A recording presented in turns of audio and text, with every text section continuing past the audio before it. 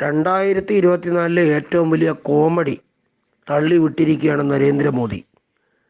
2024 ഈ ലോക്സഭാ തെരഞ്ഞെടുപ്പ് വേളയിൽ മാധ്യമങ്ങളോട് അനുവദിച്ച ഇൻ്റർവ്യൂവിൽ പറഞ്ഞിരിക്കുന്നത്, ഇലക്ഷൻ കമ്മീഷന് ഏറ്റവും കൂടുതൽ സ്വതന്ത്രമായി അവർക്ക് ജോലി ചെയ്യാൻ കഴിയുന്നത് NDA ഭരണകാലത്തും അതുപോലെ തന്നെ NDA അധികാരത്തിലിരുന്നപ്പോഴും ഒക്കെയാണ്, ഇപ്പോഴും അങ്ങനെ തന്നെയാണ് എന്നാണ്.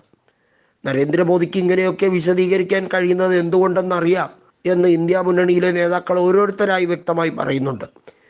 കൃത്യമായി പറഞ്ഞാൽ, സുപ്രീം കോടതി NDAയുടെ നടത്തിപ്പുമായി ബന്ധപ്പെട്ട കാര്യങ്ങളിൽ പല തവണയായി സംശയം കൃത്യമായി പ്രകടിപ്പിച്ചിട്ടുണ്ട്. അത് പരോക്ഷമായും രഹസ്യമായും ഒക്കെ പറയുന്ന രാഷ്ട്രീയ സ്വഭാവങ്ങളൊക്കെ തന്നെ വ്യക്തമാക്കാൻ കഴിയില്ലെങ്കിൽ പോലും ഒരു പരിധിവരെ സുപ്രീം കോടതി അത് വരച്ചു വെച്ചിട്ടുണ്ട്.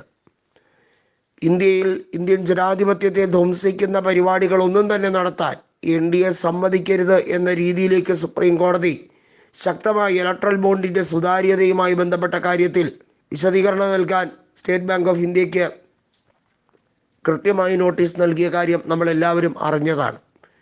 നരേന്ദ്രമോദി പുതിയ പദ്ധതികളുമായി എത്തിയിരിക്കുകയാണ്. ഇലക്ഷനെ എങ്ങനെ തന്നിലേക്ക് എത്തിക്കുക, എത്രത്തോളം പരമാവധി ഇലക്ഷനുമായി ബന്ധപ്പെട്ട കാര്യത്തിൽ തന്നിലേക്ക് കാര്യങ്ങളെ അവതരിപ്പിക്കുക, ഇതൊക്കെയാണ് ഏറ്റവും വലിയ ശ്രമം എന്ന് പറയുന്നത്. അതിനുവേണ്ടിയുള്ള തീവ്രമായ പരിപാടികൾ ഇപ്പോൾ നടത്തി വരികയാണ്. ഇലക്ഷൻ കമ്മീഷനുമായി ബന്ധപ്പെട്ട കാര്യങ്ങളിൽ കൃത്യമായും BJPയുടെ വലിയ ഇടപെടൽ നടക്കുന്നുവെന്ന് കോൺഗ്രസും ഇന്ത്യ മുന്നണിയിലെ പ്രഗത്ഭരായ നേതൃത്വവും ആരോപിക്കുമ്പോൾ അതിനെ വലിയ തോതിൽ ഖണ്ഡിക്കാൻ BJP പാടുപെടുന്ന ശ്രമങ്ങളാണ് നമ്മൾ എടുത്തു കാട്ടേണ്ടത്. ഇന്ത്യ മുന്നണിയുടെ നേതൃത്വം കൃത്യമായി തന്നെ പറയുന്നുണ്ട്, EVM മെഷീനുമായി ബന്ധപ്പെട്ട കാര്യത്തിൽ ഞങ്ങൾക്ക് അവ്യക്തതയുണ്ട് എന്നുള്ളത്. പ്രോഗ്രാമിംഗ് സെറ്റ് ചെയ്ത് വയ്ക്കുന്നത് പോലെ പല സംഭവങ്ങളും ഞങ്ങൾ കാണുന്ന ഒരു സാഹചര്യമാണ്. ട്രയൽ സമയത്തൊക്കെ അത്തരത്തിലുള്ള അനിഷ്ട സംഭവങ്ങൾ വരുന്നുണ്ട് എന്നുള്ളത്.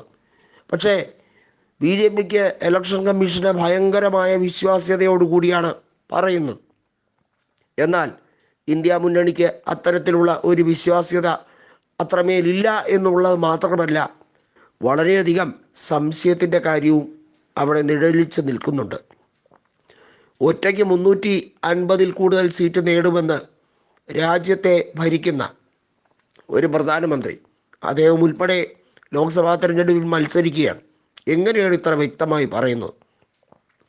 ഇന്ത്യൻ ഭരണഘടനയെ തന്നെ അട്ടിമറിക്കാൻ ശ്രമിക്കുന്ന രാഷ്ട്രീയ രീതികൾ ഞങ്ങൾ അവലംബിക്കുമെന്ന് രാജസ്ഥാനിലെ BJP സ്ഥാനാർത്ഥി പറഞ്ഞിരിക്കുകയാണ്.